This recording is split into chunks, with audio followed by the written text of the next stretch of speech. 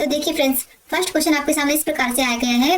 निम्नलिखित में से आपको चार ऑप्शन दिए गए हैं, जो तीन तो आपस में मतलब कि समान है, एक अलग है। तो उसका आपको बताना है कि इसमें से अलग कौन सा है। चार ऑप्शन है, तीन समान है, एक अलग है। तो उसका तुरंत आंसर आ जाए कमेंट के अंदर, किसके कौन सा अलग होगा। तो देखिए, रिया, ट्राउट, लैम्पी, सैल्मन, तो कौन सा इसका अलग हो जाएगा। तो मैंने आपको बताया कि तीन तो सेम है और एक अलग है। तो देखिए, तीन कौन कौन से सेम है इसके बारे में आपको बताना होगा। तो क्या है, रिया है, ट्राउट है, लैम्प्री है, सैल्मन है। तो कौन सा हो जाएगा। तो देखिए फ्रेंड्स, ट्राउट, लैम्पी, सैल्मन, ये क्या होते हैं, ये एक मछलियों की प्रजाति होती है। क्लियर हो गया। यानी ये तीनों सेम है और बाकी जो रिया है ना, ये अलग हो जाएगा। क्लियर हुआ। ये सभी मछलियों की प्रजाति है, जो रिया है वो एकदम अलग हो जाएगा। आप सबने सही आंसर किया था। अब आते हैं नेक्स्ट क्लास पर। दी गई आकृति में से कितने लोग हैं जो क्रिकेट और टेनिस दोनों को पसंद करते हैं। तो आपको बताना है कि ऐसे कौन से लोग हैं जो ऐसे हैं कि जो क्रिकेट और टेनिस दोनों को पसंद करते हैं। आपको देखो, जो त्रिभुज है ये क्रिकेट का है, जो मतलब वर्ग है ये टेनिस का है, जो है ना वर्ग है ये हॉकी का है। तो इसमें से आपको आकृति में से बताना है कि कितने लोगों को क्रिकेट पसंद है, कितने को टेनिस है, कितने ऐसे हैं जिनको दोनों गेम पसंद है। तो बताइए, तो इसमें से कौन सा ऑप्शन इसका सही हो जाएगा। तो देखिए, आप इसमें अंदर कैसे बताया गया है क्रिकेट, टेनिस और हॉकी को। जल्दी से कमेंट कर दीजिए कि कौन सा आंसर इसका सही होना चाहिए। तो देखिए फ्रेंड्स, काफी लोग 9 बोल रहे हैं, काफी लोग 8 बोल रहे हैं। तो देखिए फ्रेंड्स, इसका हो जाएगा 17। 17 क्यों होगा फ्रेंड्स। देखिए, इसमें पूछा है दोनों की पसंद पूछी है। ये 9 वाले क्या है, क्रिकेट वाले, 8 वाले कितने हैं, टेनिस वाले। तो हमें दोनों की पसंद बतानी है, 17 हो जाएगा। क्लियर है। यानी ऑप्शन नंबर जो फर्स्ट है इसका राइट आंसर हो जाएगा। जो ये वर्ग है ना, ये हॉकी वालों के लिए है। तो ऐसे जिनको दोनों की पसंद है, चाहे आप इनको प्लस करेंगे तो भी इतने होंगे और ये भी कितने होंगे, 17 ही होंगे। दोनों की पसंद बतानी है हमें, कोई डाउट नहीं रहना चाहिए। आते हैं नेक्स्ट क्वेश्चन पर।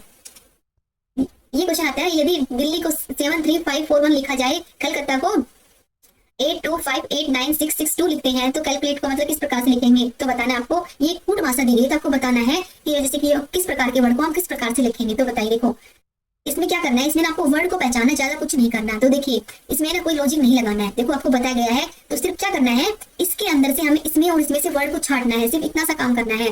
तो देखिए, सी का मतलब क्या लिया गया है, तो सी इसके अंदर है, तो सी का मतलब आ रहा है 8, यानी 8 नंबर तो सी का आएगा। तो देखो, इसमें और इसमें 8 है, यानी इन दोनों में से एक सही होगा, बाकी दो गलत है। अब ए का मतलब क्या है, तो ए का मतलब है 2, 2 इसका सही हो जाएगा। अब देखो, यही सही हो जाएगा, ज्यादा कुछ करने की जरूरत ही नहीं है, तुरंत सोल्व हो गया। अब एल का मतलब क्या लिया गया है, यहाँ पे 5, तो 5 यानी जो सेकंड नंबर ये जाएगा। हमें पूरा सोल्व करने की जरूरत नहीं है, सिर्फ लगाना है लॉजिक।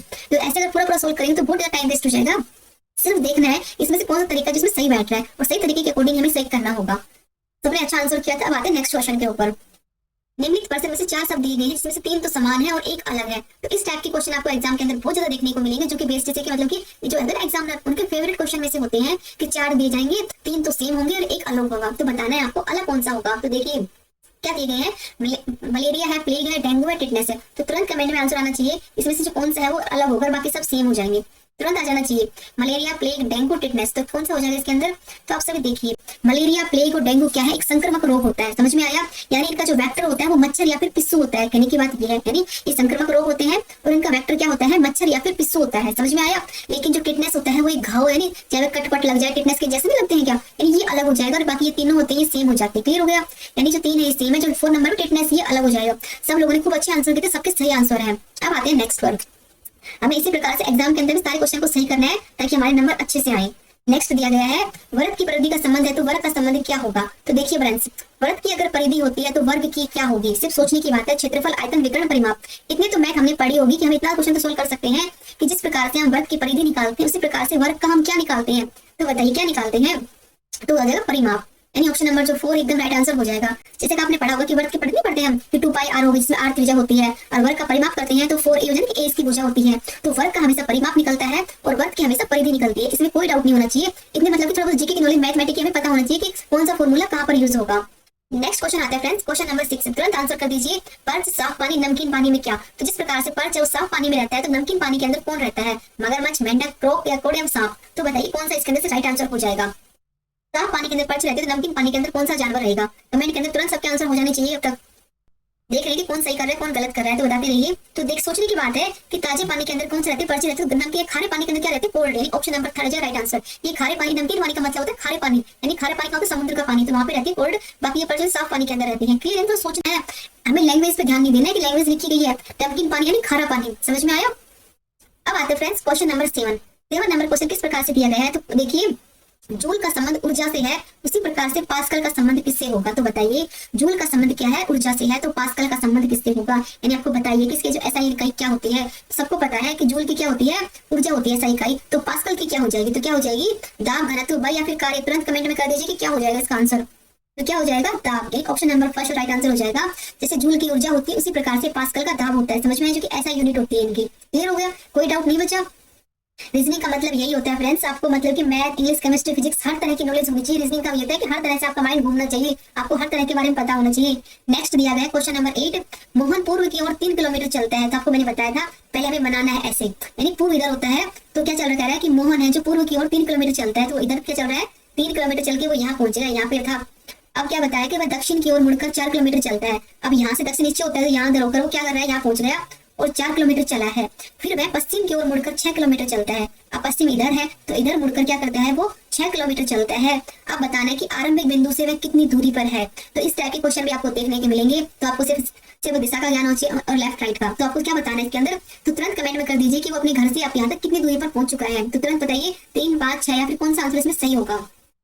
इधर मतलब कि पूर्व में चला 3 किलोमीटर, दक्षिण में चला 4 किलोमीटर, फिर दोबारा चला मतलब 6 किलोमीटर। तो आपको दूरी बतानी है तो कितनी हो जाएगी? सब लोग तुरंत कमेंट में करते रहिए कि इसमें कमेंट क्या आना चाहिए। तो देखिए फ्रेंड्स, सिर्फ सोचने की बात है, ये 3 से ये 3 कट गई। अब क्या करना है? ये 4 और इस 3 का हमें निकालना है। समझ में आया? अगर आपको इस टाइप के क्वेश्चन देना तो आपको सिर्फ एक काम करना है कि आपको करना है 3 का स्क्वायर और 4 का स्क्वायर। पाइथागोरस प्रमेय होती है उसके अकॉर्डिंग 3 का स्क्वायर कितना हो जाएगा? 9, 4 का हो जाएगा 16, इनको जोड़ें कितने हो जाएंगे? 25।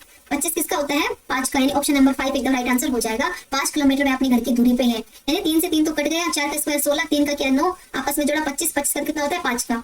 सिर्फ थोड़ा सोचना है कि इसमें कौन सा लॉजिक लगाना है। अब आता है नेक्स्ट 9 क्वेश्चन। 4 विकल्प दिए गए हैं इस आरेख के अंदर। तो 3 क्या है? बराबर हमारे वायुमंडल के अंदर हाइड्रोजन, ऑक्सीजन के भी संबंध बताना है। तो इस टाइप के क्वेश्चन भी आपको मिलेंगे क्योंकि थोड़े से लॉजिक वाले क्वेश्चन होते हैं। तो इसमें क्या करना है? आपको थोड़ा सा लॉजिक लगाना है, इसमें कौन सा लॉजिक सही बैठेगा। तो देखना है आपको, इसमें क्या है? वायुमंडल है, हाइड्रोजन है, ऑक्सीजन है। तो बताइए, सबसे पहले ये बताती है कि हमारे हाइड्रो मतलब कि वायुमंडल के अंदर कौन कौन सी गैसें होती है। सबसे पहले आप मुझे कमेंट में बता दीजिए कि हमारा जो वायुमंडल होता है इसके अंदर कौन कौन सी गैसें होती है और कितनी इसकी क्वांटिटी होती है। क्योंकि एग्जाम में कभी बार क्वांटिटी के अकॉर्डिंग हमें क्वेश्चन सोल्व करने होते हैं, तो हमें पता होना चाहिए कि किसकी क्वांटिटी कितनी होती है। तो पहले आप मुझे क्वांटिटी बताइए कि कौन सी गैस कितनी % होती है। तो देखिए फ्रेंड्स, सबसे पहले आती है नाइट्रोजन, कितनी होती है? 78%। फिर आती है ऑक्सीजन, कितनी होती है? 21। और बाकी आते हैं आर्गन हो गया, CO2 हो गया, ये कैसे कितने मतलब बहुत कम नहीं, मतलब कि होती है पर कम कम होती है। इतनी सबसे ज्यादा क्योंकि नाइट्रोजन, फिर होती है ऑक्सीजन, ये 2 तो मोस्ट इंपोर्टेंट है। बाकी सभी जो कैसे आर्गन हो गई, CO2 हो गई, हाइड्रोजन हो गई, ये सब क्या होती है? बहुत कम कम होती है। ऑप्शन नंबर 20 का राइट आंसर हो जाएगा। ये हमारा पूरा वायुमंडल है, इसके अंदर ऑक्सीजन और नाइट्रोजन सब कुछ पाया जाता है। अब कुछ लोग कहेंगे कि मैम हाइड्रोजन तो पाई नहीं जाती। तो फ्रेंड्स सोचना है ये कि 0.001% हाइड्रोजन भी पाई जाती है, यानी नहीं का नहीं है, पाई जाती है, पॉजिटिव वे में है, तो हमें पता होना चाहिए। और इसका बेस्ट एग्जांपल आप इस तरीके से समझ सकते हैं, जो CO2 होता है, पानी की मात्रा होती है, कैसे बनती है?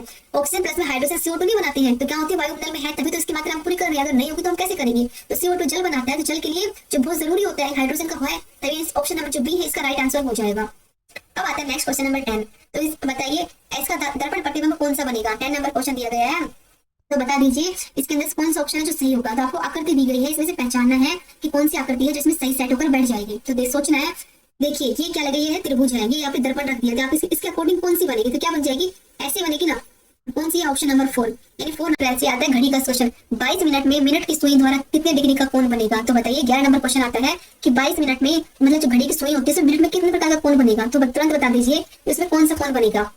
22 मिनट में बताएं, जैसे कि आप सभी जानते हैं कि 60 मिनट बनते हैं, यानी 1 घंटे में 60 मिनट होती है, और 60 मिनट के अंदर कितना होता है? 360 डिग्री का कोण बनता है। समझ में आ गया? 60 मिनट के अंदर 360 डिग्री का कोण बनता है। तो हमें क्या करना है? इसमें 60 का भाग देना है, तो क्या आ जाएगा? 6 डिग्री, यानी प्रति मिनट 6 डिग्री का कोण बनता है। समझ में आया? तो हमें 22 मिनट का निकालना है, तो क्या करना होगा? हमें इसको 22 से मल्टीप्लाई करना होगा, तो क्या आ जाएगा? 132, यानी तो 132 डिग्री कोण बनेगा। इसका मतलब कुछ ने डाउट मतलब क्वेश्चन गलत से बताया था। तो देखिए फ्रेंड्स, आपको तो समझना है कि 60 मिनट का टाइम होता है, 360 का मतलब कोण बनता है, तो हमें 1 मिनट की वैल्यू निकालनी होगी। अगर देखो हमने 1 मिनट की वैल्यू निकाली, 1 मिनट में 6 डिग्री कोण बन रहा है, तो 22 मिनट के अंदर इसको मल्टीप्लाई करेंगे तो क्या आ जाएगा? 132 आ जाएगा, जो कि सही आंसर होगा। तो एग्जाम में आपको इसी टाइप के क्वेश्चन देखने को मिलेंगे और उसके हमें सही आंसर देना है। अब आते हैं नेक्स्ट क्वेश्चन।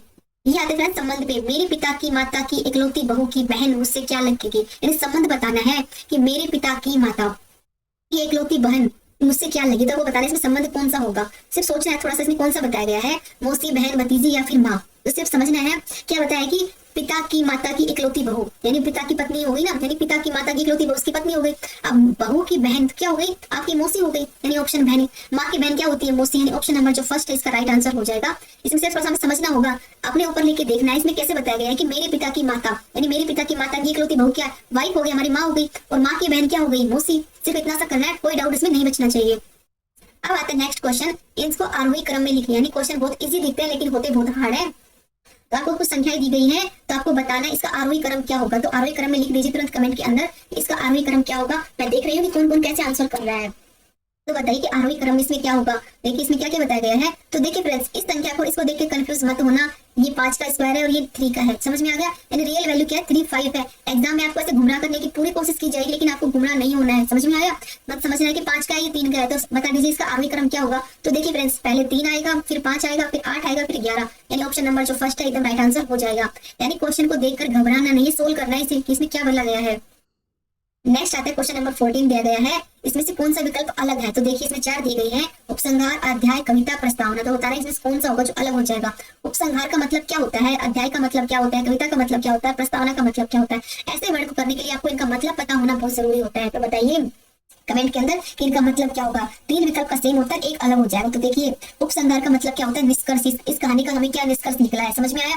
अध्याय का मतलब होता है चैप्टर की, कौन सा चैप्टर होता है। और प्रस्तावना का मतलब क्या होता है, परफेस, समझ में आ गया। यानी इसका मतलब जो मेन मोटिव बात किसके ऊपर ली गई है, तो वो होता है इसका प्रस्तावना।